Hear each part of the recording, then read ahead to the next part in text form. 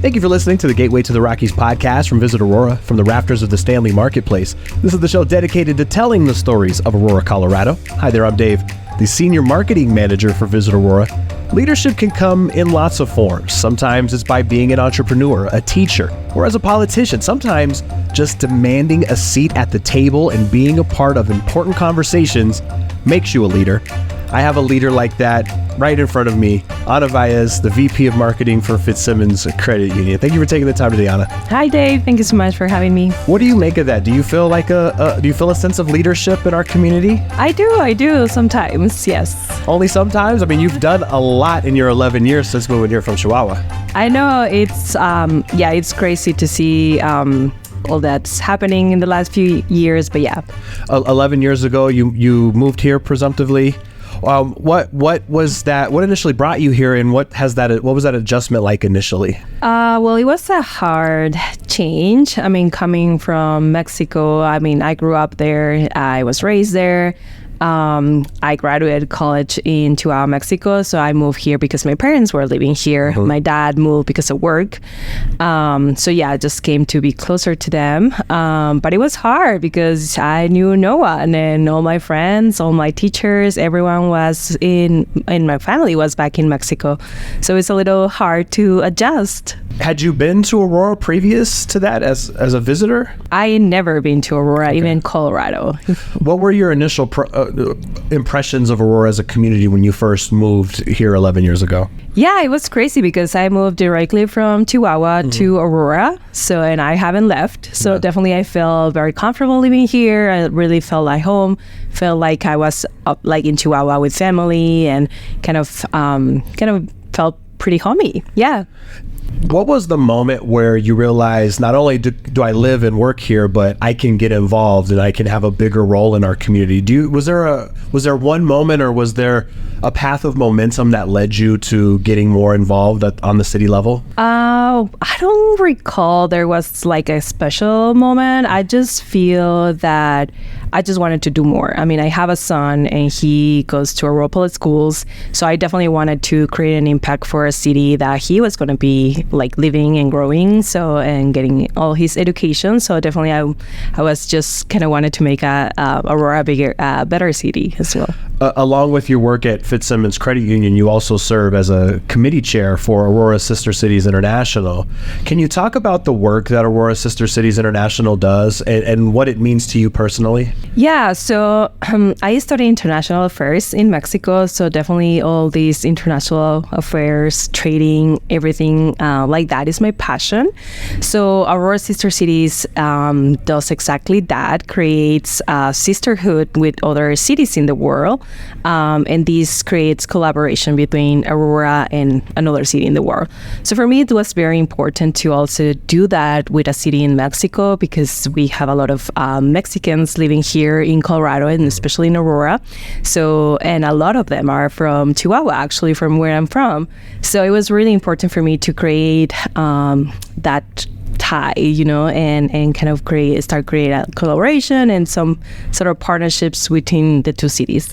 Yeah, roughly a year and a half ago, you brought forth a proposal to the Aurora City Council for Chihuahua to become Aurora's fourth sister city.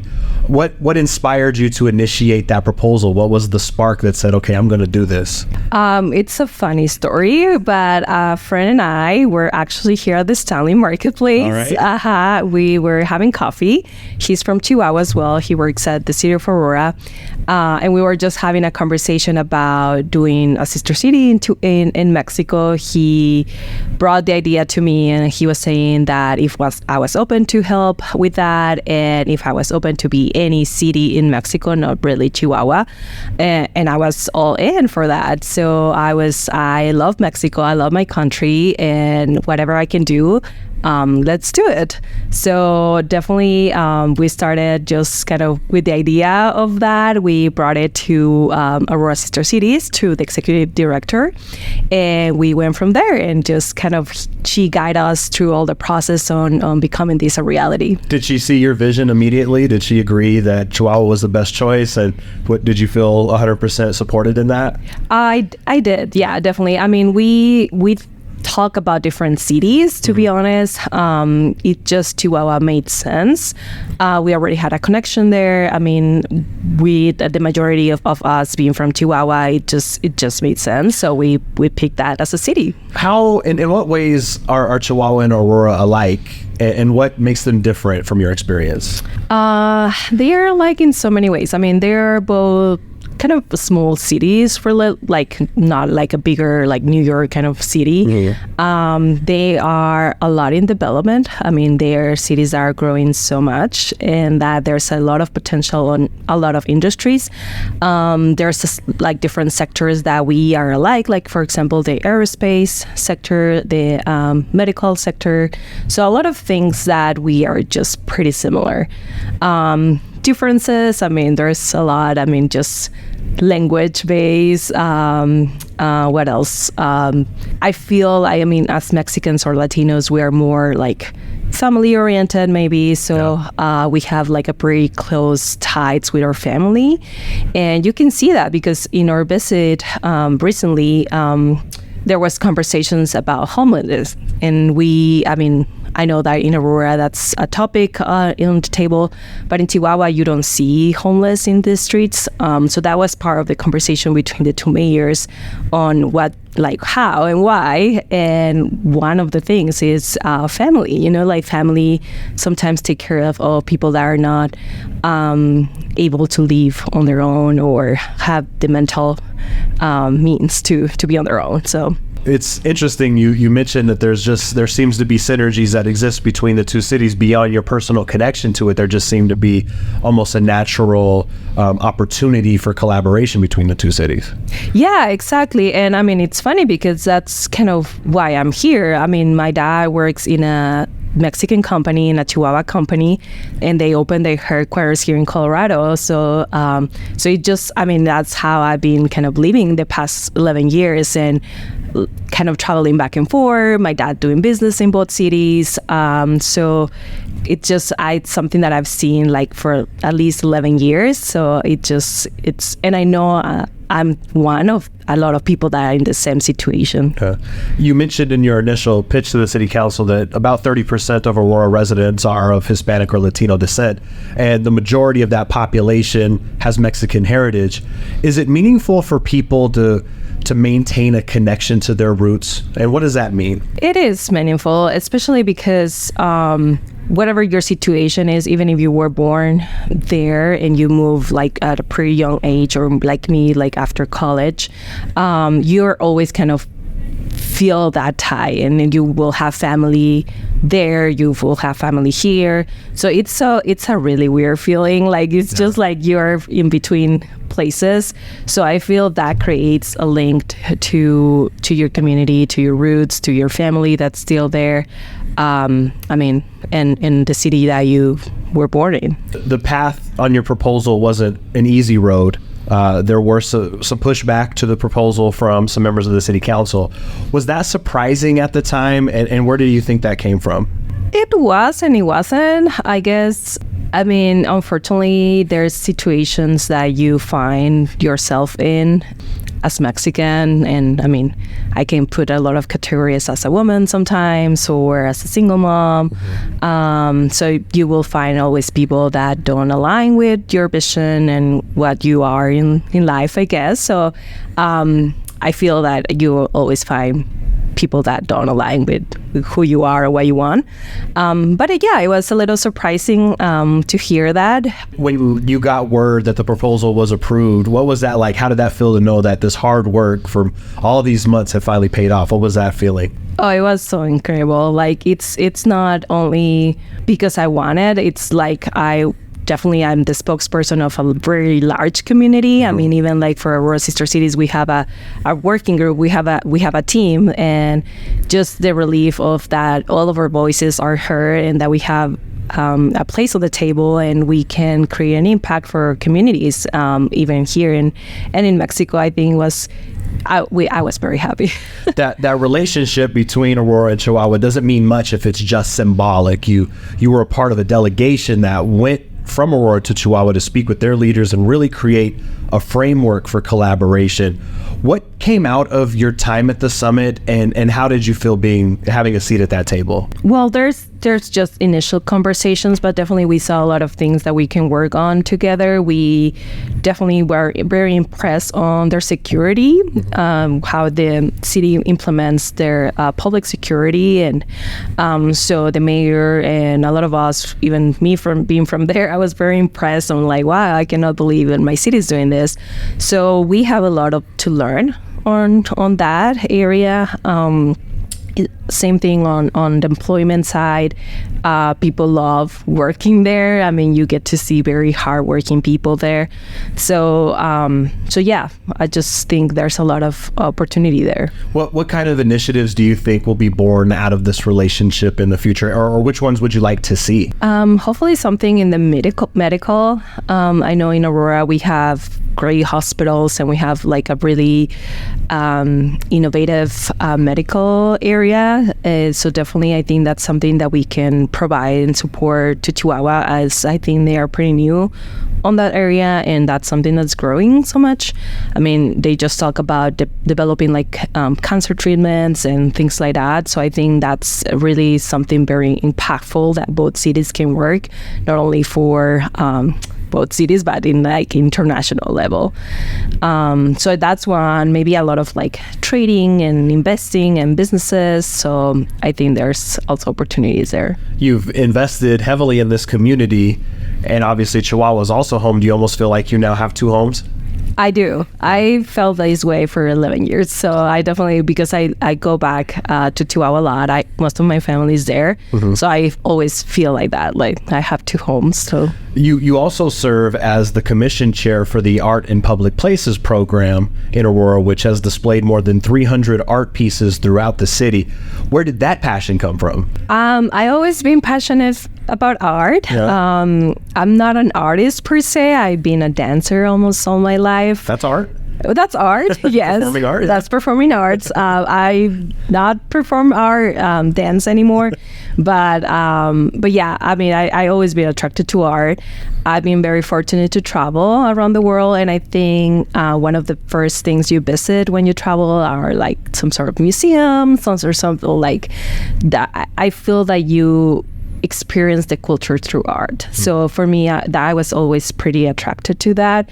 So I've been very passionate about art my whole life. What are some of the projects through the AIPP that you're particularly proud of? I was personally part of a panel of a roundabout that just was finished, I think 2 years ago, close to I live and the RTD station. So that was pretty amazing because I drove by a lot. I mean, I live pretty close from that area. So it was really great to be part of the panel and select that piece of art, and then now see it almost every day. So. I want to talk a little bit about your work at Fitzsimons Credit Union. You're the VP of Marketing, but what you do is so much more than promoting the credit union. What strikes me is how much community outreach that is led by you and your team at Fitzsimons Credit Union. Why is establishing that relationship with the community so important to you and the credit union? Yeah, so as a credit union, we're a nonprofit financial institution, so we are really there for the community. We're not there for big bucks or getting any money from our members. So we definitely are all about community, are all about our members. Whatever we get, we just give them in return. And one way of doing that, I mean, besides having no fees or low interest rates, another way is investing in the community as well. And we do a lot throughout the year, different programs and partnerships, but also we do a lot of financial literacy as well, as we think it's really important to educate the community in their finances. How do you have time for it all? All the things that you're involved in. I see you on social media, and you're always, if you're not busy working, you're busy traveling. How do you find time for everything in your schedule? I mean, the day has 24 hours, like there is no time to sleep. Okay. Just kidding. No sleep. I got it. No, I mean, I'm a planner, okay. So I love planning in advance. I definitely take my time to plan my weeks and my months. So I think with planning, you can do it all. You're very busy in your career, as we established, but your most important job is mom. Yeah. And it looks like you and your son go on lots of adventures. How rewarding has it been being a mom and watching your son grow? Oh, it's I love my son, and he's my best friend now. He's 10 now, and we had so much fun. But I think I've always been like this since I moved here. I believe America is the land of opportunities. So definitely when I moved here to Aurora, I've grown because of that. I think there's a lot of opportunities, but I have bring him along with me. So since he was a little kid, he will come to me to the museums or events, to fundraisings, to networking events. So he's been pretty involved since the beginning on all of this. And I see now how he has become this young man, and he's very comfortable in social environments. Nice. He sees museums as his second home. Traveling, obviously, we've been traveling overseas since he was 11 months old. So definitely I see him grow into this little young man, and it's amazing to see how his world and his eyes are open. He's very open-minded as well. So yeah, we had so much fun together. I'm sure he's very proud of you and everything that you've accomplished. Do you feel a sense of responsibility to be a strong role model for your son, not only being a single mother, but setting an example as a strong woman who's thriving as a leader in our community? Oh yeah, absolutely. I think me and my family are pretty close, so we are definitely all big role models for him. But yeah, I think it's important for him to kind of grow into that environment and kind of seeing what he can do also for the community. And he's a pretty smart boy as well. So yeah. Nice. If you ask anyone what they like to do, most people will say they love to travel, but you have a real wanderlust. You've traveled extensively. Where did that curiosity come from? When did you start traveling? I think I grew up like that. My parents, obviously with sacrifices and everything, they always tried to get us out of town, even if it's pretty close. So we usually had like a trip per year, like a family trip. So yeah, that it was them. I guess I grew up like that, and I don't know. That's what I want to provide also for my son, just kind of experiences. How has that experience kind of shaped your worldview? You now interacted with all these different cultures, you've seen all these different places. How do you think that's impacted you? Oh, a lot. It has opened my mind so much. Chihuahua, it's a small city as well, so definitely I didn't have a lot of exposure to diversity there. So just traveling brought that to my life, just diversity in general, learning about different cultures. I spent a couple of weeks in refugee camps in Africa, just kind of doing volunteer work there. They were Muslims, so definitely, I learned about that other side of the culture as well. So I live in France for a year. Oh, wow. So definitely, that brought another layer as well of just getting to know a different culture, different language.